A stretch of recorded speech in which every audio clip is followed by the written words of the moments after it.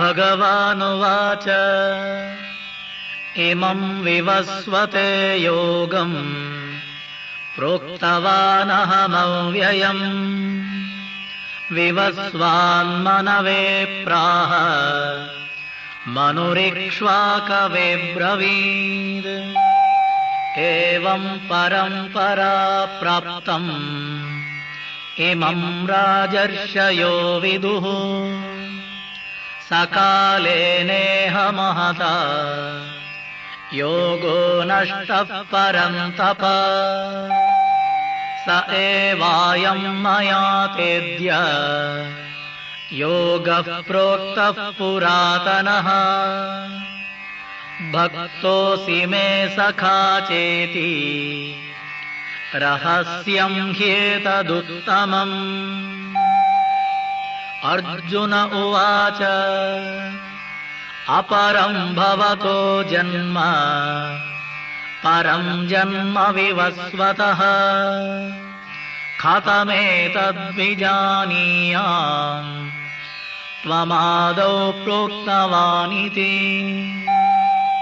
श्रीभगवानुवाच बहूनि मे व्यतीतानि जन्मानि तव चार्जुन तान्यहं वेद सर्वाणि न त्वं वेत्थ परन्तप।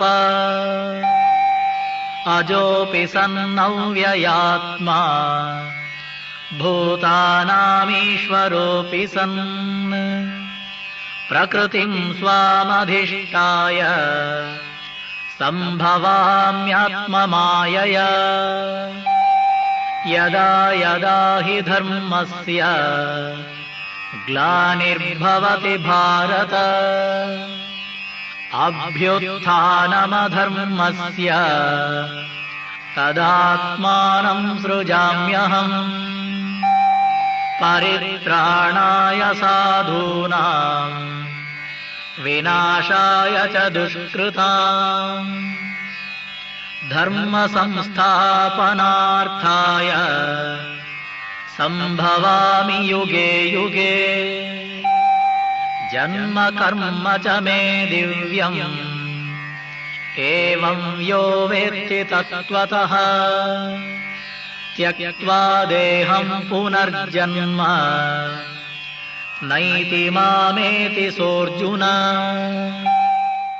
हरिः ओम श्री गुरुभ्यो नमः। हरिः ओम। సూర్యుడిని గురువుగా భావించి వేదాంతం అంతా బోధించబడుతూ ఉంటుంది.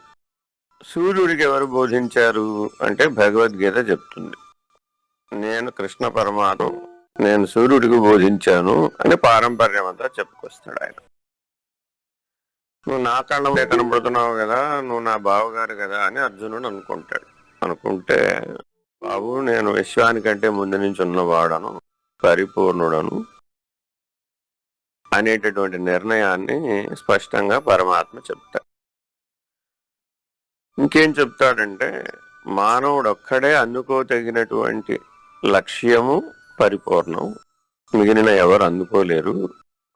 అలా అందుకున్నవాడెవడో వాడే జన్మరాహిత్యం పొందినటువంటి వాడు.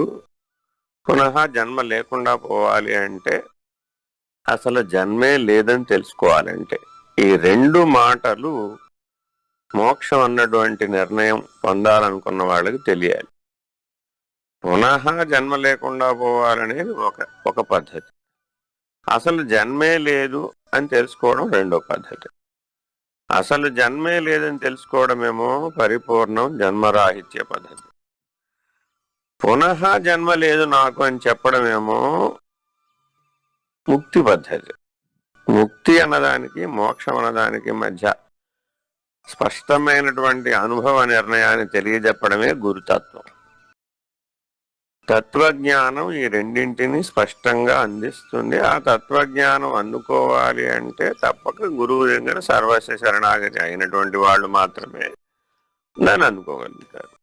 ముక్తి అనాలన్నా మోక్షం అనాలన్నా అసలు జ్ఞాని అనాలంటే మరొకరిని ఎవరినైనా తక్కువ చేయటం కానీ, విమర్శించటం కానీ, భేద బుద్ధి కలిగి ఉండటం కానీ భేద భావం కలిగి ఉండటం కానీ ఉన్నటువంటి వాళ్లను అజ్ఞానం, అవిద్య, జీవభావం, శరీరమే నేను, దేహాత్మభావం, ఇలా ఎన్నైనా చెప్పచ్చు.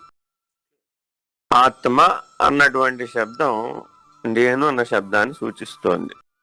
ఈ నేను జీవాత్మ, పరమాత్మ, సూత్రాత్మ, కేవలాత్మ అన్న ప్రయోగాలతో వేదాంత భాషా పరిధిలో వినియోగించబడుతోంది.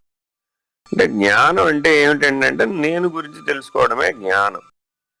తెలుసుకోవడం అంటే ఏమిటా అంటే జీవాత్మ అంటే ఏమిటి, పరమాత్మ అంటే ఏమిటి, సూత్రం అంటే ఏమిటి, కేవలాత్మ అంటే ఏమిటి తెలుసుకుంటే అది జ్ఞానం అయిపోతుంది. జ్ఞానం అదే జ్ఞానం అంటే ఇంకేం లేదు.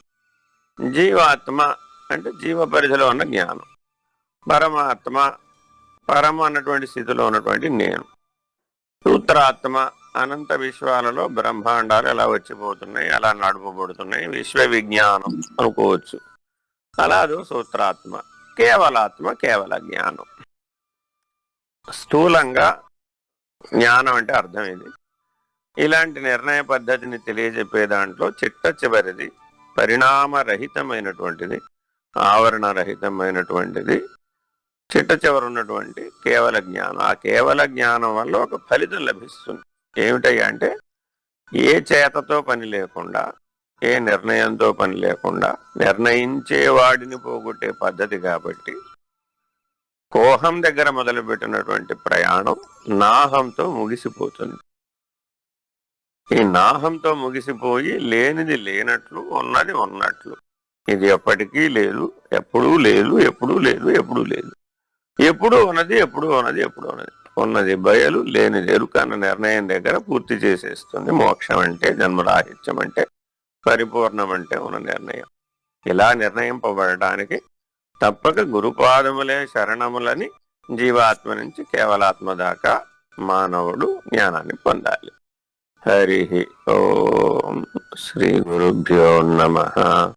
హరి ఓం.